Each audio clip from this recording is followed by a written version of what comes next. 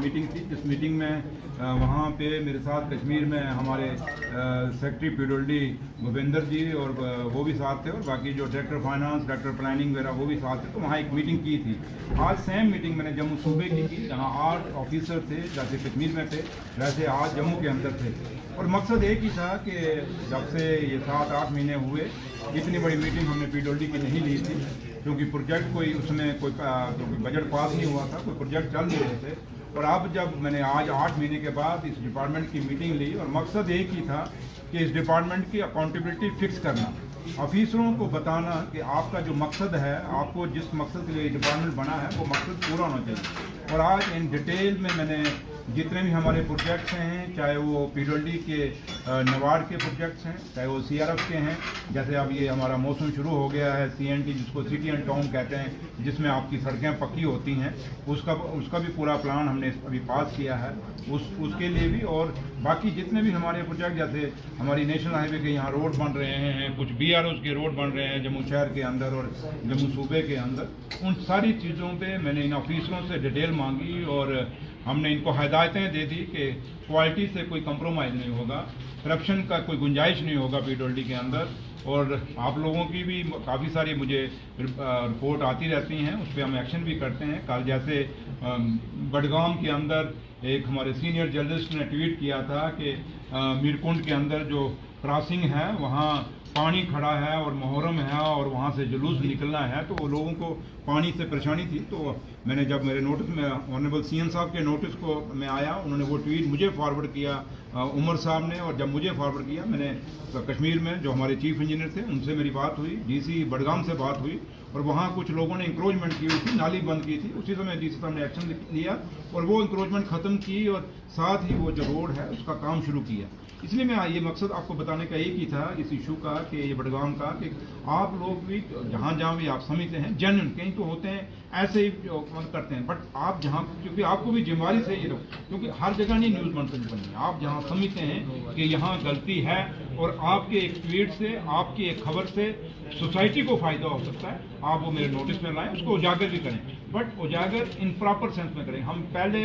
उठते ही ना करें कि भाई किसी पे इल्ज़ाम लगा दें हमें, क्योंकि अब 8 महीने की सरकार है और हमारी कोशिश है कि आपके मीडिया के सहयोग से, और जो लोग ब्लॉग चलाते हैं, जो हमारे जो बच्चे, जो नौजवान जो आज सोसाइटी के अंदर सोशल मीडिया पे हैं, वो जो चीज़ें हमारे नोटिस में लाते हैं उस पर हम एक्शन करते हैं। पीछे एक डोडा में एक छोटा सा बच्चा था, उसने माइक पकड़ के बड़ा प्यारा उसने बोला कि हमारी इतनी पुरानी सड़क, और मैंने किसी ने मुझे वो वीडियो भेजी और मैंने आज इस मीटिंग में वो डिस्कस किया, और मैं भगवान ने चाहा तो वहाँ बहुत जल्दी हम पुल का भी प्रपोज कर रहे हैं, क्योंकि ऑलरेडी चिनाब रिवर के ऊपर हमारे 3 बहुत बड़े प्रोजेक्ट चिनाब वैली के अंदर चल रहे हैं। तो लिहाजा आज जो मीटिंग थी, ये चीज़ें सारी मैंने अपने ऑफिसरों के साथ शेयर की और उनको अपना बताया कि ये सरकार क्या चाहती है, क्योंकि ये सरकार उमर अब्दुल्ला सरकार लोगों की चुनी हुई सरकार है और आप लोगों की चुनी हुई सरकार है, और हमारी यही कोशिश रहेगी कि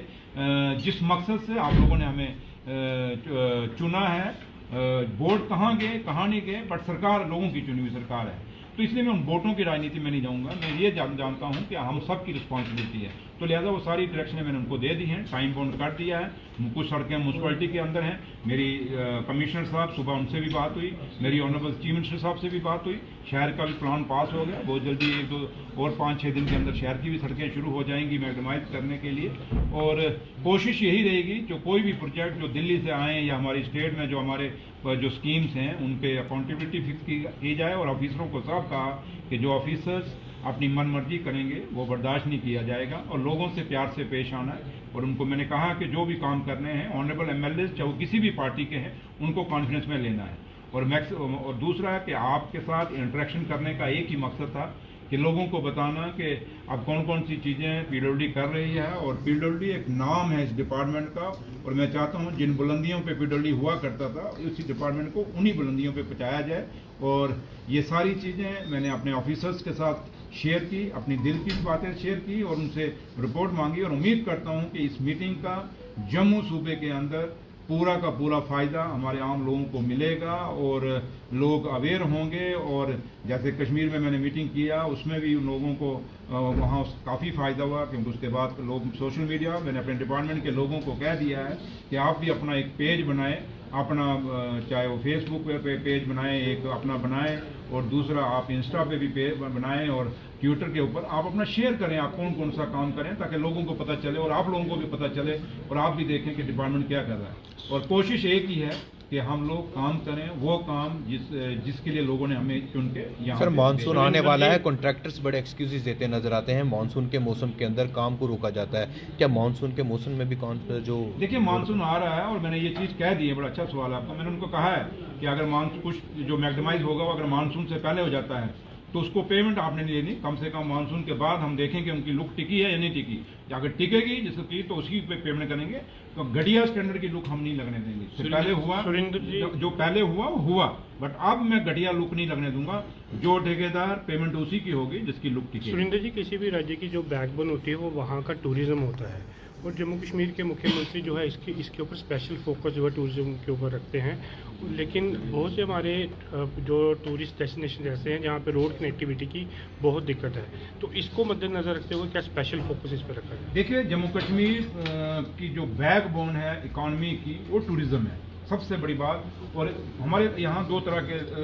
टूरिज्म हैं। एक टूरिज्म हमारा है जो लोग जो टूरिस्ट डेस्टिनेशन है, जैसे हमारा जम्मू सूबे का अपना जैसे पत्नीटॉप है, सुरहीसर है, मानसर है, ऐसे जहाँ भद्रवाह के अंदर हैं, जहाँ खिता चिनाब वैली के अंदर हैं, जहाँ खिता पीर पंचाल के अंदर जैसे हमारा पीर की गली है, जहाँ सेवन लेक है, या और भी कई इलाके हैं। ऐसे कई